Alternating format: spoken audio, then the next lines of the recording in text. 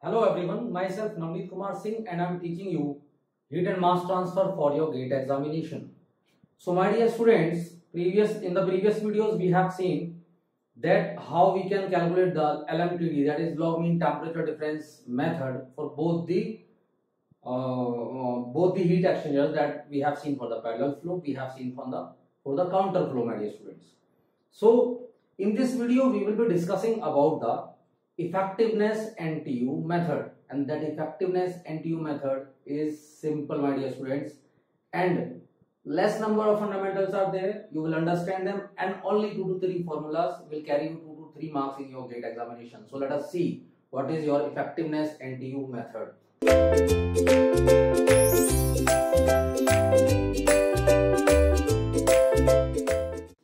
If there is a parallel flow, that means the streams will be flowing in the same direction. That is your TH1, that is your TH2, or let us take it like this only.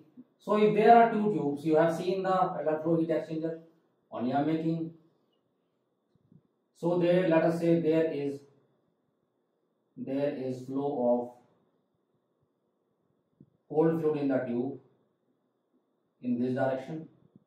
So the cold fluid is flowing like this. That is your TH1, that's TC1, and that is your TC2. Okay. Now let us take that hot fluid is outside. Again, we know this. If hot fluid is flowing like this, that is your TH1, that is your TH2. Now I will not write hot fluid out, hot fluid in, cold fluid out, cold fluid in. So let us make a temperature diagram for this. So what will be the temperature diagram, or we can say temperature profiles for this? So that is parallel flow. The hot fluid will just decrease this temperature up to TH2. Now hope you remember all the concepts now. So this will become what? This will become from TC1 to TC2, my dear students. That is your point 2. Okay. Now what we will do? We will consider again an element like we have considered in the previous analysis, and I will consider an element of a small area dA in this pipes. So I will consider this element, my dear students. Let us say that is having area dA. So what is happening in this case? The temperature is decreasing for the hot fluid. Similarly, in this case, the temperature is increasing for the cold fluid. So this will be like this. If I am considering an area. So this is your D, T, C. Okay. Now this is your small element of area dA, and this is something like this, my dear students. This is your dA, and some small heat transfer is there, dQ. Yes or no? So now let us analyze this element, my dear students. Let us analyze. So for a small element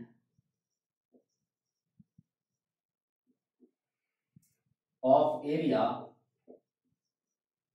dA, for a small element of area dA, what will be the temperature change? So the temperature will almost constant for this case. Let us take it delta Tm. So let us, what I am assuming, the temperature is almost constant for the what? For the small element dA, my dear students. So small of area dA, so the temperature will be given by d of Th minus Tc is equal to d of Th minus d of Tc, derivative of Tc, that is the temperature of the cold fluid. So what I can have, what is the heat transfer? So for a small area dA, heat transfer is given by heat transfer dQ will be what? Heat transfer dQ will be what, my dear students? So heat transfer will be, in this case, small dQ will be equal to, for the hot fluid it will be mH CH into dTH. Yes or no? For the cold fluid this will be dQ is equal to m dot C Cc into dTc. So I can also write that CH, heat capacity of the hot fluid, into dTH. I can also write that Cc into heat capacity of that cold fluid into dTc. dTc, my dear students, yes or no? And I will put the value of dTH and dTc in this equation, my dear students. In this equation again, the same procedure we have seen. So let us see, this will be d of Th minus Tc Tc is equal to d of Th. So d of Th is equal to what? So in this case, only the temperature of one fluid is decreasing in the x direction. So temperature of what? That dTh is decreasing in the x direction. So as it is decreasing, this will be T final minus T initial. So this will be negative here. And as this is increasing in the x direction, this will be positive here. So there will be negative, there will be positive, my dear students. So let us put the values. So the values will become dTh. dTh is equal to how much? This is minus of dq divided by Ch divided by Ch, my dear students. Again minus of plus. Then plus is there already, no problem. Minus of plus dq divided by Cc. That is capital CEC. So this will be the heat transfer, and this will be taken as, if I will take the negative out, so this will become negative of dq into 1 upon Ch plus 1 upon Cc, my dear students. So for the small area dA, the heat transfer dq will also be given by, that is dq will also be given by, small area dA into Th minus Tc, because I am assuming the temperature is almost constant in this case, and put this value from equation, let us take 4 in this equation number 3, my dear students. So what I will have, let us see. So this will become d of Th minus Tc is equal to minus of u dA Th minus Tc into 1 upon Ch plus 1 upon Cc, 1 upon Ch plus 1 upon Cc. So this equation, if I will integrate this equation with respect to area, what I will have, let us see, I am taking this term to this side. So this will become, my dear student, d of Th minus Tc divided by Th minus Tc, and this will become equal to minus of u and Th minus Tc I have taken this side, divided by, let us take C minimum. So I am taking one fluid capacity to be minimum, like I am taking small, that is cold fluid capacity to be minimum, my dear students.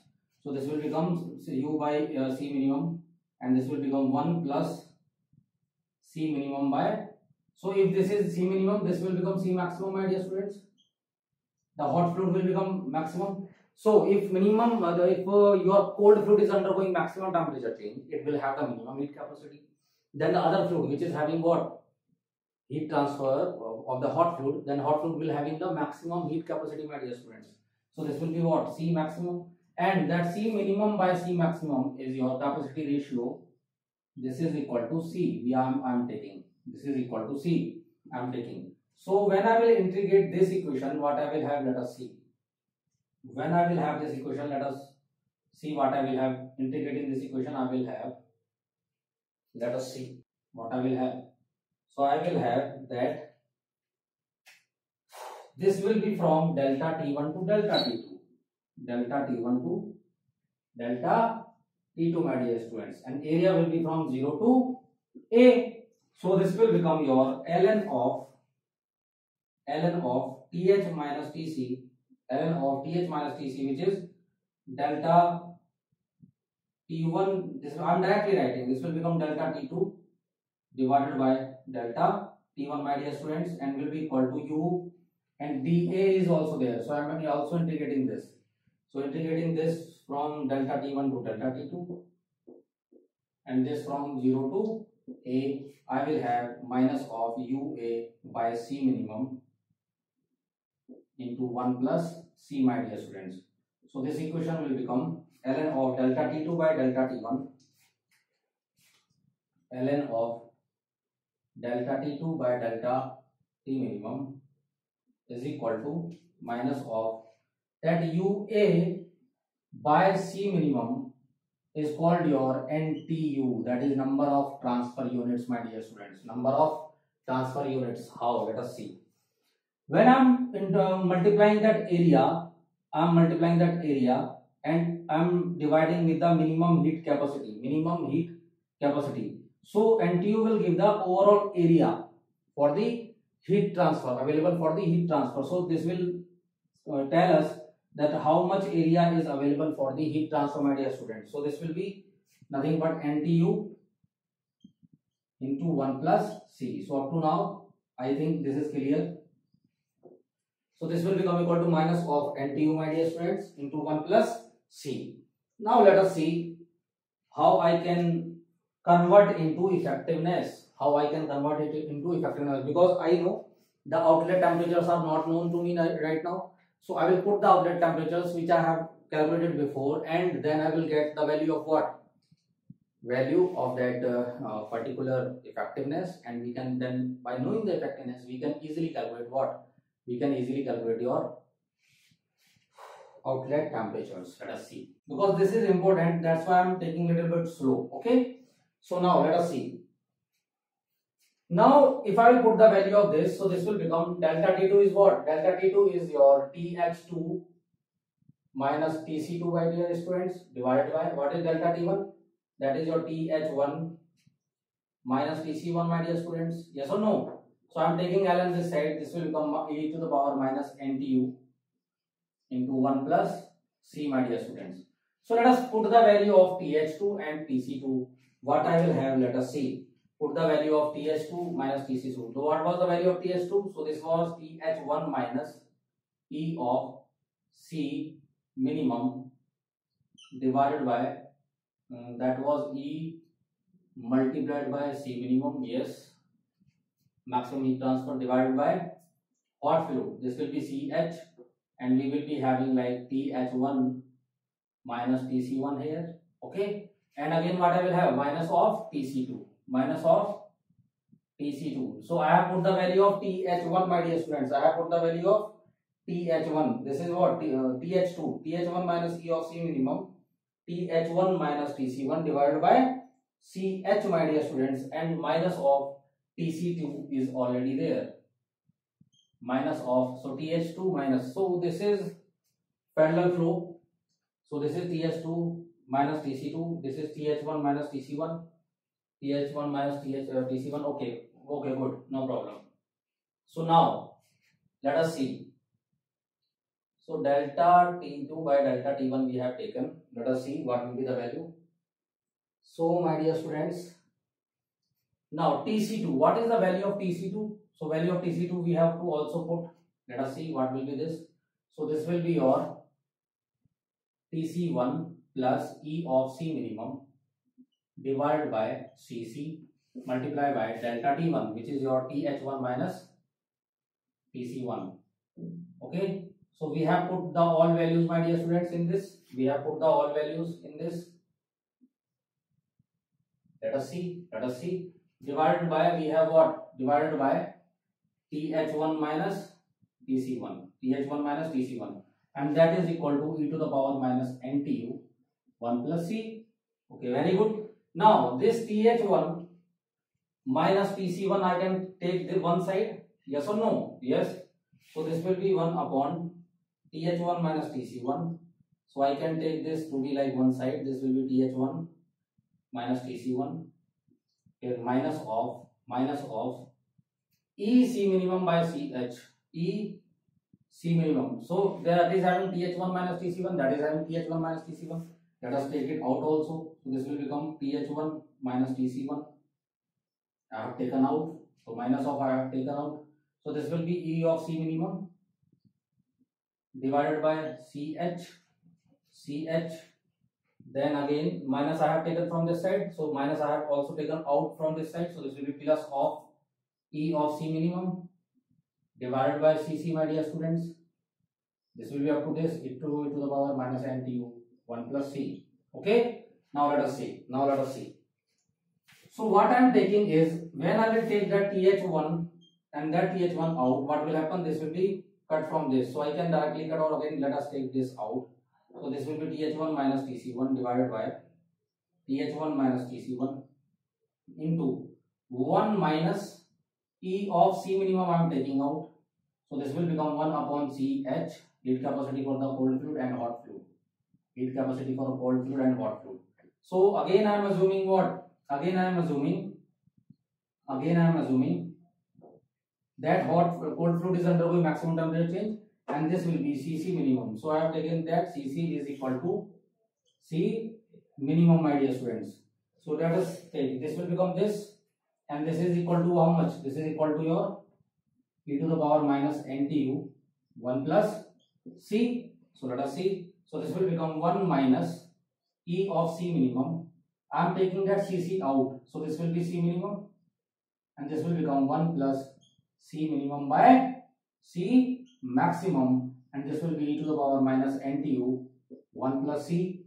So what will be the proper value? Let us see. So this will become 1 minus E of C minimum will go. So this will be E only. So this will become 1 plus C. This will become 1 plus C is equal to e to the power minus NTU 1 plus C. So that implies this will become, I am taking this side, this side. So this will become E is equal to 1 minus e to the power minus NTU 1 plus C divided by, my dear students, this will be divided by 1 plus C, and this will be your effectiveness for your parallel flow heat exchanger, my dear students. Hope you have understood till now. So we have calculated the effectiveness. So for this effectiveness, what we need? NTU and that your minimum heat capacity ratios. Okay, that effectiveness we can calculate. By then calculating effectiveness, we can calculate both temperatures, that is your TH2 and TC2. Yes or no? By these equations. Okay. So hope this is clear. So this is your effectiveness for the parallel flow heat exchanger. Okay. So when I will use this method, my dear students, let us take a small note. So this method will be useful when area is known,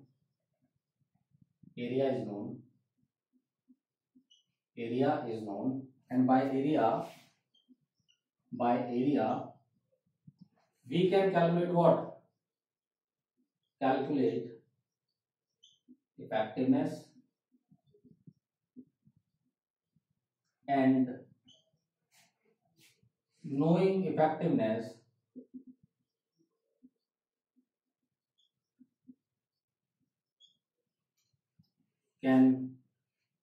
will be useful to calculate outlet temperatures. My dear students. Okay, let us see some special cases now. My dear students. So in this case, let us see some special cases when you are using, let us say, case first, phase change heat exchangers.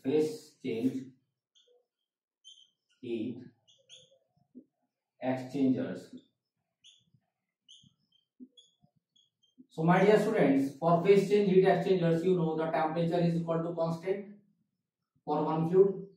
Okay, the temperature will be constant for the one fluid. So what will be the temperature change? Temperature change will be 0, and heat is given by what? Q is equal to nothing but delta T by, or Q by delta T.